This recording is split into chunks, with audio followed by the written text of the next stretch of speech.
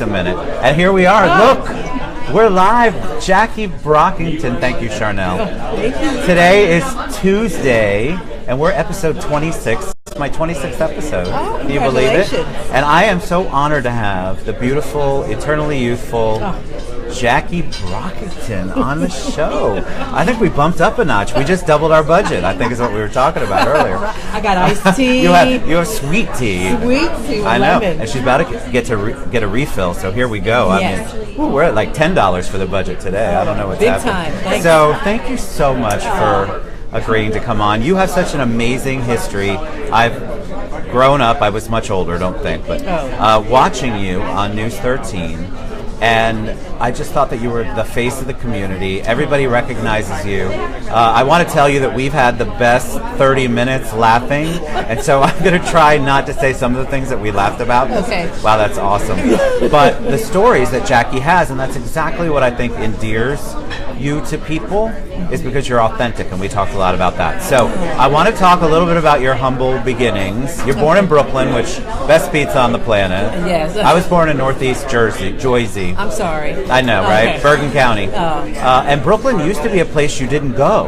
Oh, but now it's Now it's the like place. the place. The place And here's to go. here's our love, Nathan. thank Hi, you. Nathan. Thank you so much. Thank you. I'll hold on to that. Oh, thank you. See, she's got a sweet tea. Look, Yes, now it's that's- $11 that's for the right. I'm we've worth spent. it. You are so worth it. I'm not getting paid for this. You are. God, I hope that's not. Your contract was too tough, Jackie. I don't know what we're doing. And it was funny because when everybody saw that you were coming on, I had so many text messages and people were like, "Oh my God, tell her I said hi. Oh, Tell her I thanks. said hi." So we're gonna see. All right, so we have people join. Okay. Hi, Dorothy. Can you hear us? Let us know and make sure you can Hi. hear us. And I'll try to keep up with the comments too because I think we'll have a lot. But you from Brooklyn again, Park Slope, Williamsburg, all that stuff. Hold up, Where are you hold from? up. Tell Park me. Slope was way after. I was Brownsville. I was born in the projects. Oh, Brownsville. The inner city. Mike Tyson, the boxer, and I are from the same place. But now my daughter is near Park Slope. But back then, no, I was not Park Slope. Well, Park Slope was crazy too. Like from Jersey, we would never venture into Brooklyn. Yeah, but it's the place to be now. I was walking down the street, and who was the one who played the clown? He died of an overdose. He played the juggler, not the juggler. Oh my God! Heath Ledger. He walked by me in the street, and he smiled at me. I almost died. What's that eternally youthful skin you have? That's it. Thank you for my genes, my parents. Jeff Morgia says, The "Hi, Jackie." meatball stop. The meatball. Oh yeah, Yes. Isabella. Tell them I said hi. Yes, Hi guys. he just had a birthday. Happy birthday. Wow, look at my jacket on there. All right, so let's go back to you. Okay, yes, 'Cause all this is about me. you. That's right. It's all right. I like to focus on somebody other than me once a day. So Brooklyn, and then you ended up as the weather person. Right. We used to say weather girl. I don't know why I know that's not you bad. used to, but- is it bad? Should we say weather person? Weather person. All right, weather person. Jackie was the weather person in Green Bay, Wisconsin, and that's where you kind of got your. That's where I got my start because I was married to John Brockington, who's a former NFL star. With the Green Bay. He was an all-pro running back, and that's how I got. Why else would I go to Green Bay? I'm not sure why. That's what I was going to say. Why did Brooklyn girl head over to Green and Bay? We lived there 6 months out of the year for 7 years. And when I was there, they did a program where they would interview the Green Bay Packer wives. And they always just started with, what's it like to be married to? And you get tired of that. So we had a good time when they interviewed me. And the guy said, well, you should do this when you come back next year. So, and I have a lithograph. I made $25 a week. I taped on Tuesday. We showed it on Thursdays. And I would only say the player's name so they know who I was talking about, whose wife it was. But we talked about other things that were important to them. And then they asked me, how would you like to do weather? I'm like, I know hot, cold, wet, dry. What are you talking about? Well, I mean, it's just all cold. So what was? It had sun sometimes. You did? But they did. They hired a professor of climatology and meteorology to train me. And long story short, I went on. I did weather, entertainment. I got a job. I went to Washington, D.C. I shared an like you office moved with Willard Scott. which is amazing. It was amazing. Tell them about the toupee. Oh, he would take his toupee off and put it in the drawer. It was just the nicest guy. Just really, I mean, back to authenticity. You can't fake that, I think, on air. Yeah, and he so was. People respond. Yeah, and it just, I mean, I've had a wonderful career. I really, really have, and it's been good to me. I've seen a lot of things. I've done a lot of things, and well, we've got so much to talk about. So you did, and there were no green screens back then, right? Was it just maps? No.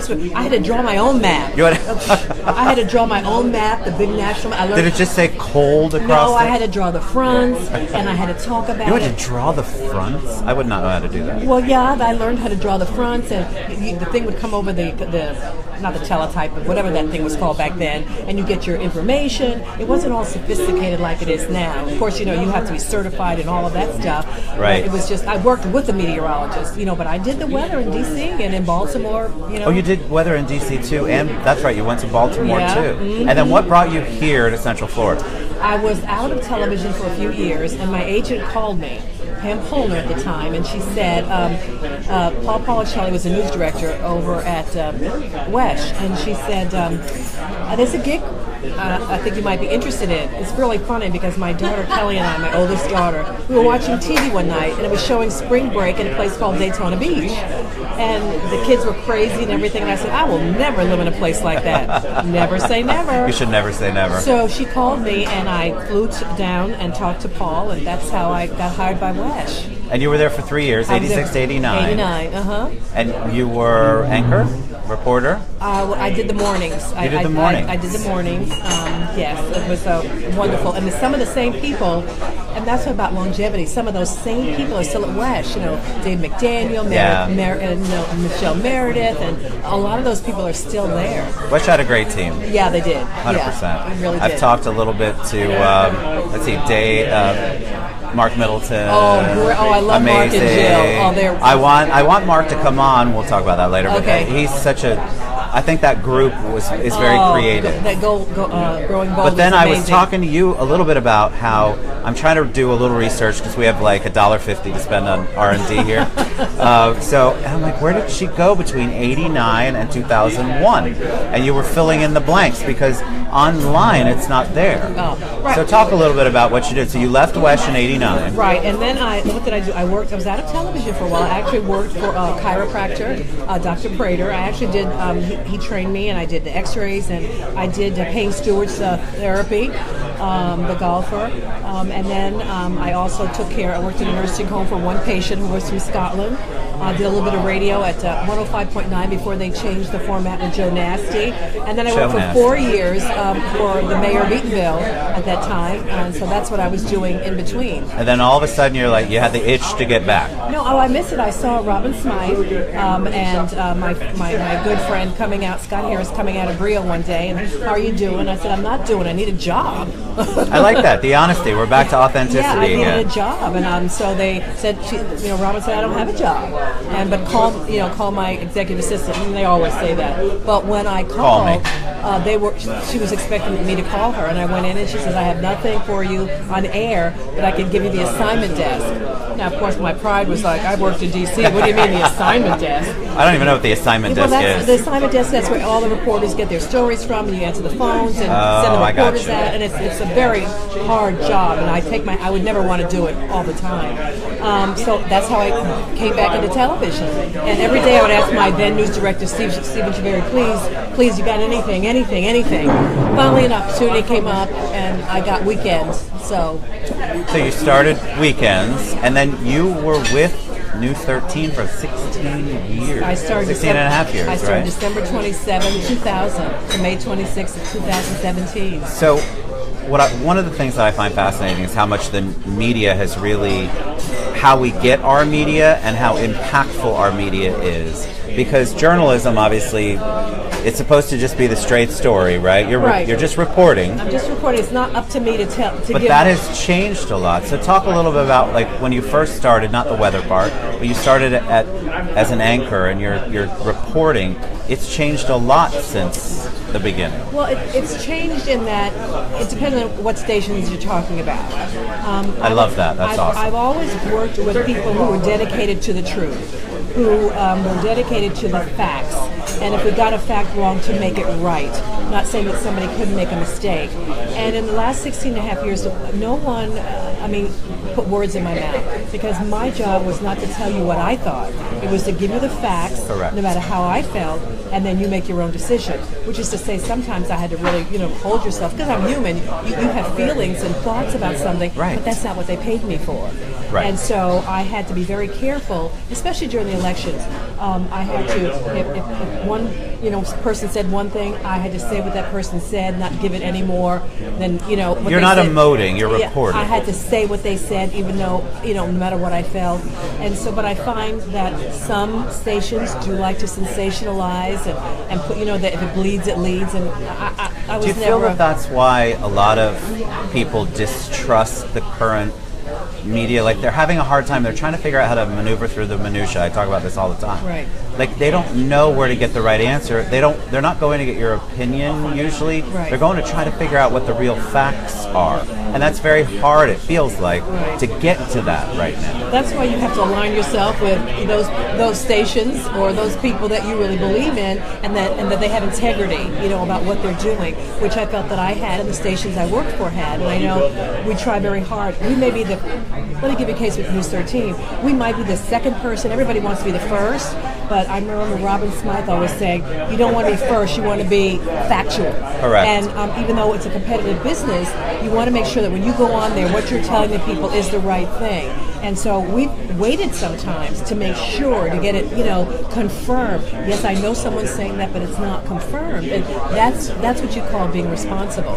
So I think the responsibility is so important, and I feel like because media has become very entertainment driven rather than journalistic, and I'm generalizing. I'm not saying everyone out there is like that, but Walter I feel like Cronkite is gone. Yeah, I it's know. Not like when Walter It's not. No, it really isn't, because I'm glad I'm not in management, but you have to think about the bottom line, the budget. You have to think about the people who are buying your product, and everything. But it still can't get in the way of the story. We still have to be able to tell the story, tell it right, and hold back some stuff. It could be sensational, but is it worth telling? Do I have to tell you? In the case of, I think most of the stations did an excellent job with Pulse. And there were so many Agreed. things that were held back. No one needs to know how many bullets someone were. Nobody needs to know things like that. Correct. You need to give the facts, because I've never lived through anything like that. That was just horrendous. And you have to remember the people reporting it, they have to go through something as well. Because you're not just reading copy. You're not just reading the teleprompter. Right. You're actually need to increase the volume on Jackie's mic. Hi, Wanda. Thanks for saying that. Oh, thank you. So you must. I'm Wanda the only from one with a Rockledge. mic. Oh, Hi, that must be Wanda. Wanda from Rockledge, my friend. So Wanda. she just has to speak up, and Okay. I'm probably. It's loud in here today. Okay. So let's talk about what story, like as you're reporting on air and you're giving the details, you're reading the prompter. Not Is if there it's anything? live. If it's live, you don't That's have a right. prompter. You don't have a prompter. If it's live, you just have to. You have your ear in so you can hear your producer, and you're just flying by the seat of Has there your been a pants. story that made you cry or get close to crying on air? How does that? Because I would be afraid, like by 9/11. I'm from Brooklyn. My children were in Brooklyn, and I remember that day. All I could think about was my family, but I had to be on like 14 hours. I had to be on air, and I remember my general manager Robin Smythe was calling to try to find my daughter, and she was one of the thousands that had to walk across the bridge. Oh my God! God! We'd never seen anything. I found out about that. I was getting my hair done, and I had a pager on, and I was sitting getting my hair done when I saw this. I had to rinse it out, put it, and run it. It was just. It was surreal. Right. And when you're talking about it, you have to try to keep yourself together. But it's like when Walter Cronkite found out about Kennedy. One of the most poignant. It's amazing. You try to hold it together, but as I said before, we are human beings and we have feelings and emotions. And there's some things you have to report on a horrendous thing if somebody hurts a child or an animal. When I really want to get up and say, throw the so and so in the hole and Correct. cover it with dirt, I can't say that. Well, and on News 13, for example, a lot of times because it's 24 hours, you were having to say that a lot. Right. Because the stories get, and I understand why, they get repeated the reports get repeated, you have to say some of the same copy. And if you're already angry or sad, that must be difficult. Well, we are live in tape, but we have the ability to go live at any time. We're a 24-hour station. We, my former coworkers. Understood. Understood. But the thing of it is, even though when we're live and you say the same thing, you have to just deal with it. You know, and people will say, "Are you all right?" They'll top line, "Do you need anything? You know, do you need some water? Are you okay?" And, you know, they try to help us as much as we can, because when I was anchoring, I'm in this big studio all by myself a lot of the time, and there's nobody there, and sometimes you just want to just say, "I can't do this." Correct. You know, So who was your favorite, what was your most special interview, your favorite interview? Because you were talking about a whole bunch earlier. So what one made the most impact on you, or maybe even the one that surprised you the most? Because you've done a lot. We were talking about some of the people I've been for over 30 years. I mean, you know, I'm old. You're not old. She is so beautiful. Not a wrinkle on that skin. And this is my skin. And it's your skin. We were talking about that earlier. I'll take Botox if I need it, but not right now. Let me think. There's been so many people that have left an impression on me. I mean, I can just talk from here. People like Belvin Perry, who was so open with me, Harris Rosen. I mean, people who shared their stories and, you know, shared their lives, you know, with me, and intimate moments, you know, Lucille O'Neill. And I just say that because I was able to interview people that people know, but they didn't really know. And they let me inside of their personal lives and told me what struggles they had and everything. And so, you know, I mean, it just... That goes back to your authenticity. I've said that word a lot, but it's true. So if people feel comfortable with you and they feel like you really want to hear their story, you're not trying to sensationalize it, you actually want to know, because you as the human being, not necessarily even the reporter, but the human being wants to know what their story is, that people can sense that. They can see it on air, they can feel it. Thanks, Mike. And thank you guys for tuning in. I've missed some of your comments, but we'll get to them. Thank you. But that's why I think when I put you up and I said you were going to be on the show, which I did Sunday and then today, I had so many text messages and messages going, "Oh my God, we love her. She's so true. She's so relatable." And I think that takes a lot, especially with everything that you're having to deal with when you're reporting the news or you're interviewing people. People don't want the fake stuff. They don't want to be. They want to feel like, okay, she'd be somebody I'd hug in Publix, or she'd be somebody I could actually divulge to or talk to or hug. And I appreciate that when someone comes up to me even now and says, you know, "I miss you," or "I feel like I know you," and give you a hug. I try to be approachable. What you see, this is me. You know, this is you. I've been very blessed. I should have an after show with the stuff we talked about earlier. Oh, I'm telling you. But it's, you know, it was awesome. I miss it a little bit. So I'm open to doing other things. If anybody's, I love that. Did y'all hear that? If you're listening, you know, just call me up, Facebook me, PM me. But you know, I like people. I like helping people. So I'm on stage 2 of my life. So let's talk. So we talked about it because I put maybe in one bio, or we were talking about how.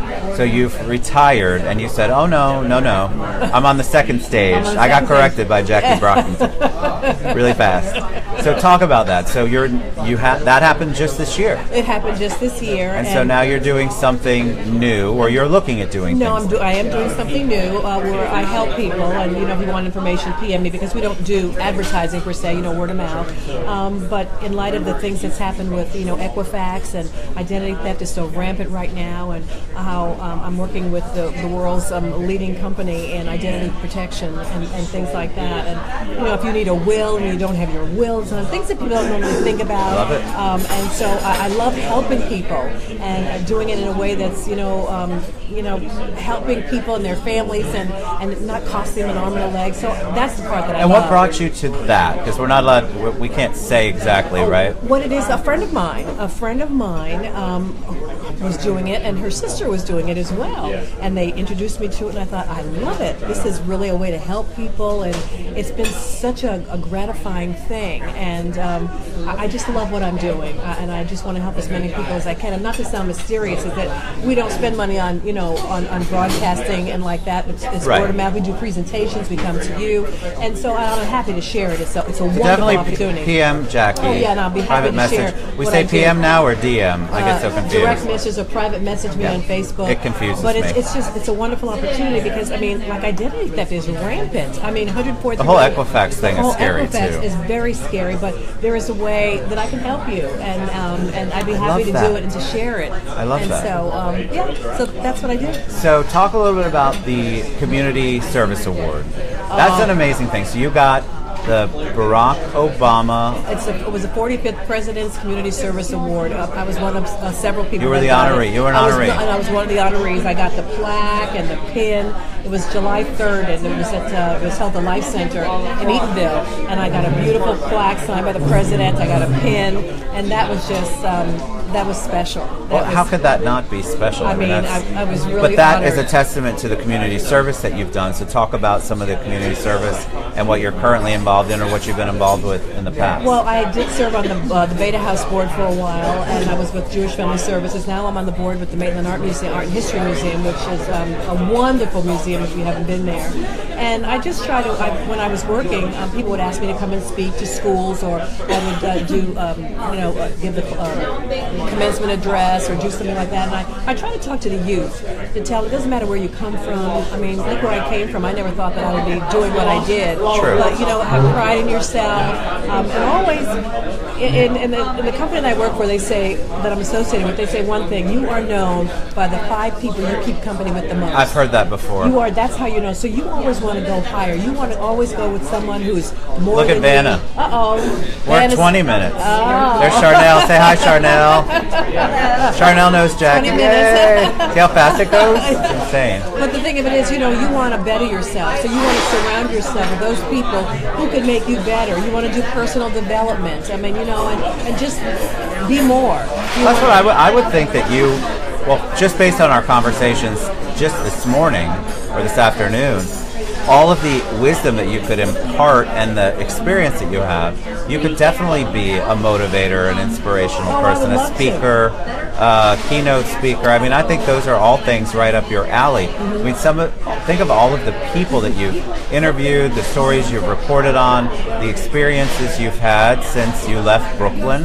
That's a lot. I think one of the reasons why people like to see the human side, like you were talking about interviewing Judge Perry and Harris Rosen. You take it. I'll talk a little bit. And how they opened up to you, and I think people respond to that vulnerability, and they want to see that, oh gosh, you're human too. There's a struggle there. There's I went through this, I went through that. Because a lot of people see, especially today, they see social media, and social media paints this gorgeous picture, like everybody looks beautiful and their lives are fantastic. Oh, no. And it's just not the truth. And I try to reiterate that almost every day on the show. I know. People think that, your life is magical and you live in this, wonderful, and, money is falling from the sky. And it's human.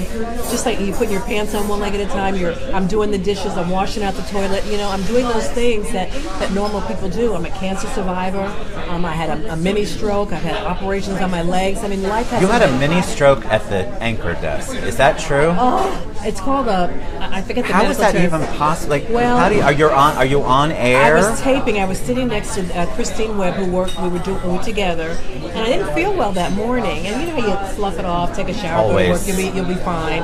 And I just didn't feel fine. And I have a lot of energy, as you can see. And we started taping, and in my ear I hear, "Oh, come on, Jack, where's your energy? Give me some energy." And all of a sudden, when I went to talk, this is what came out of my mouth. Oh, and no. I knew, and I turned to Christine, and I just said, "Help me!" And I knew what was happening. Oh my gosh, that gave me chills. It did, because my mouth is that's how I do it. It's though. Scary, and all I thought was, "Am I going to die here before I see my children?" Right. Well, it goes through your mind. It goes through your mind, all those things, and it. But here I am, and I'm very blessed to be here. I said, a cancer survivor. I lost a kidney. And that's the cancer you had? Was kidney? I had kidney cancer. Wow. And I owe my life to Dr. Ira Shaffron. I have to give him a plug, because my gastroenterologist found it and sent me on to another doctor. He saw something he didn't like, because I didn't go for that, and so.